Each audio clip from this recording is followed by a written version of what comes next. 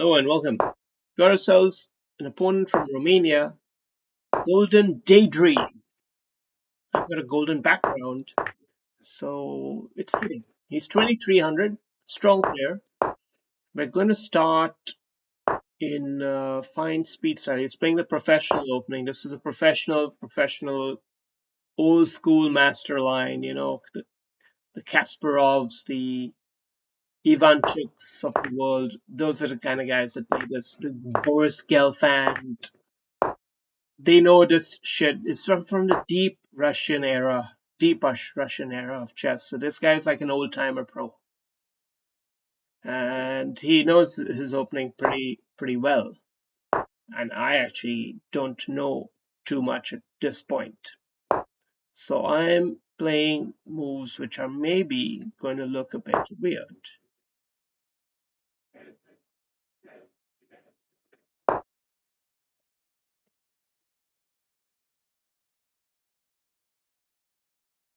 Basically offering this knight trade here.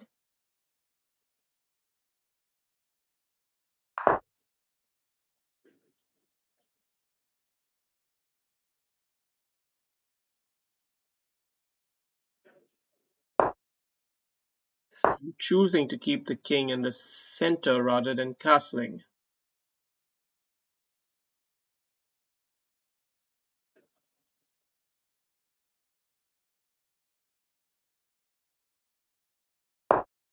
I'm still keeping the knight around here, but I could think about switching him off to a different angle.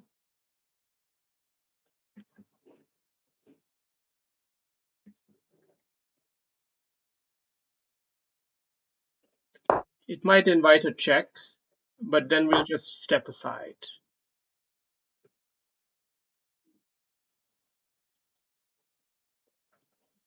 Knight wants to trade knight for knight here.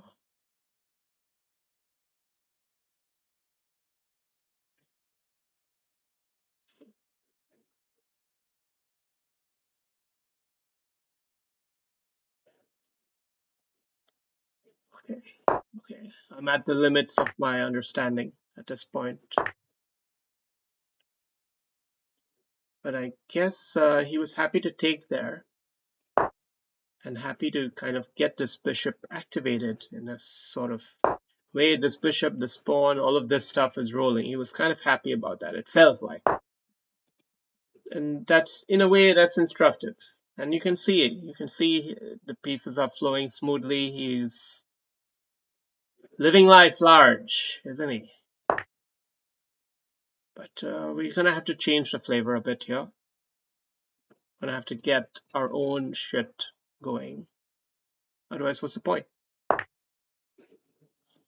We've got our own shit going, and we handled his bishop pair, which was threatening. But we gave him a resurrection of his pawn structure as compensation for that. I would say we've played this rather professionally so far. But this is a tough move. I can see this. This is astonishing that we can still do this. But he'll still have the pressure on him.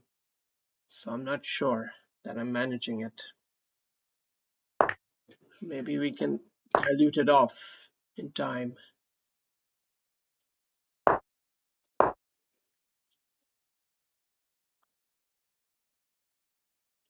He might still come in with the rook at the back rank. Or he does this, which is... do we get a tempo here?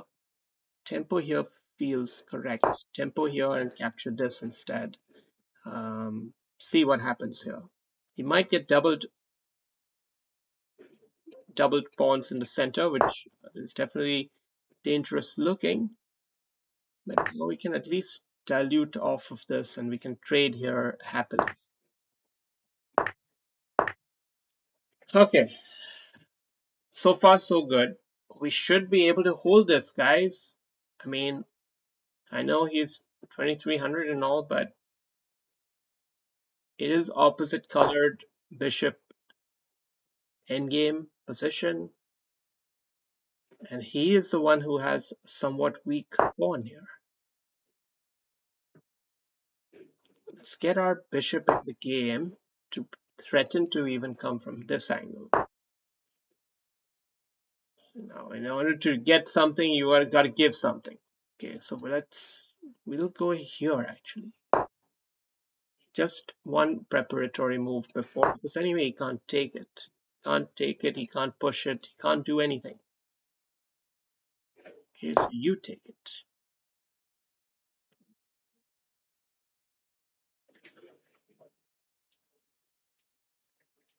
Okay, but after he comes here, he will be able to take it.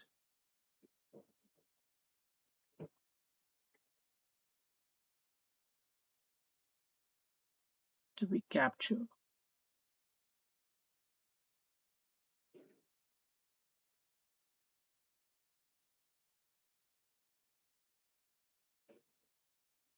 Okay. We're trying to promote him to take this. We're trying to get the rooks off the board. We want the rooks off the board. Okay, no, he's gone back. Gone back with a vengeance like that. Son of a bitch. Okay, he's playing tricks. Guy's got tricks on us even this late in the game. We might have to really watch our backs here. I mean it. We got to really watch our backs here. Because this guy's playing like his shit don't stink. This guy's playing like his shit don't stink. And it does. We've seen it. We know it. It's an opposite colored bishop endgame. What are you trying to be a smart ass hero?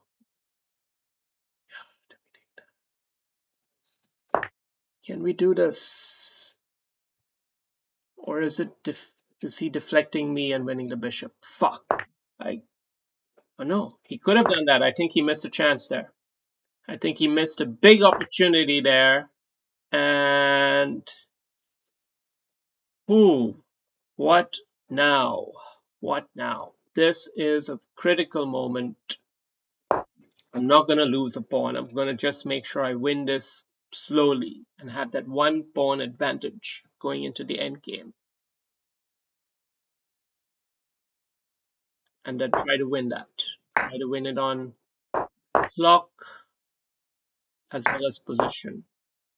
It's going to be a clock game, but we have the edge here. He missed his chance. Old Russian master from Romania.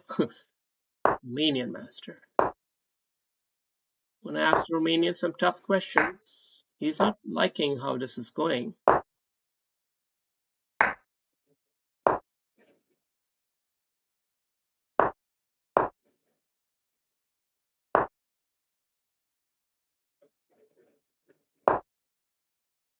You gotta play fast.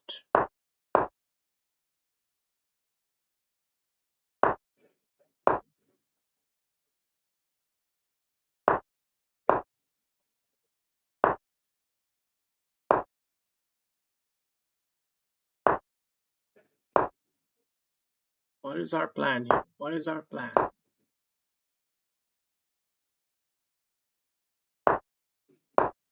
We don't want to get mated.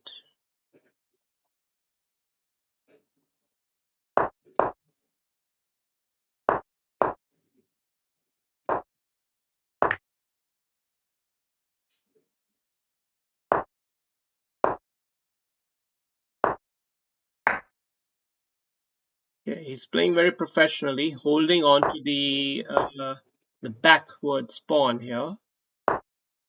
It's skillful.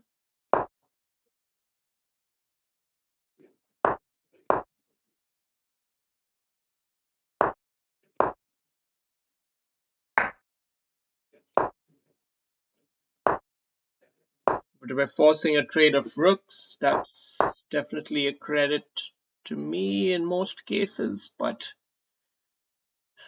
harder to play for certainty because of the end game blitz is in his favor. So he understands his end game well enough to know that nuance.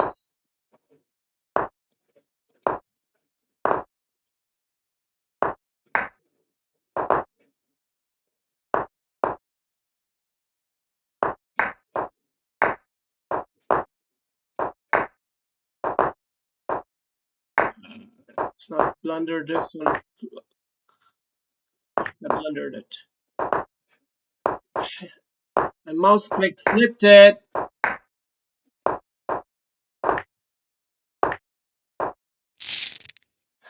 I tried to outclock him.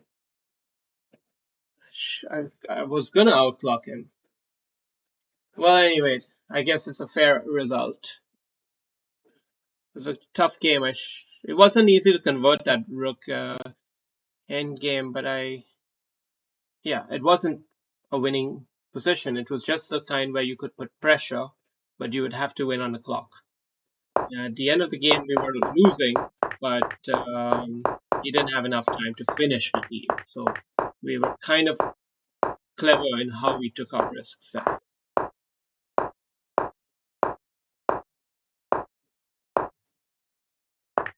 So this is when he got happy, right after this move here. Okay, this totally helped him do his happy thing. And we were fortunate that we had this resource. But he still came in with power down the back. We didn't account for bishop a3. So we had to just loosen everything and keep the double attacks on. Every move had to have such high level of professional tempo. And here we tried a trickster. Actually, it's a wrong move. This is more accurate. So why can't he just take it? Oh, because, yeah. Why can't he take it with the bishop is what I mean. Why can't he take it with the bishop? Oh, because I have this one. Yeah. Damn it. I had him. All right.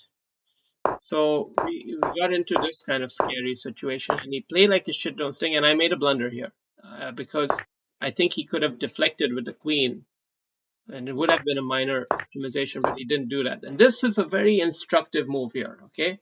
It could have been very tempting to just come here, yeah, you make a queen, and you take it. But the rook gets this pawn, and that changes the whole equation. So this move had all of that. And now, shit, we should have just been patient and clipped off the pawns. Fuck! We should have just been patient and clipped off the pawns rather than even worry about this. That's so instructive that this is totally safe, But instead we just went for a plus pawn. That was bad endgame strategy there. This is a bad endgame in many ways, but it was an instructive middle game. Yeah. I mean, we were just shooting shit, and then I blundered. He nearly won. But anyway, cheers.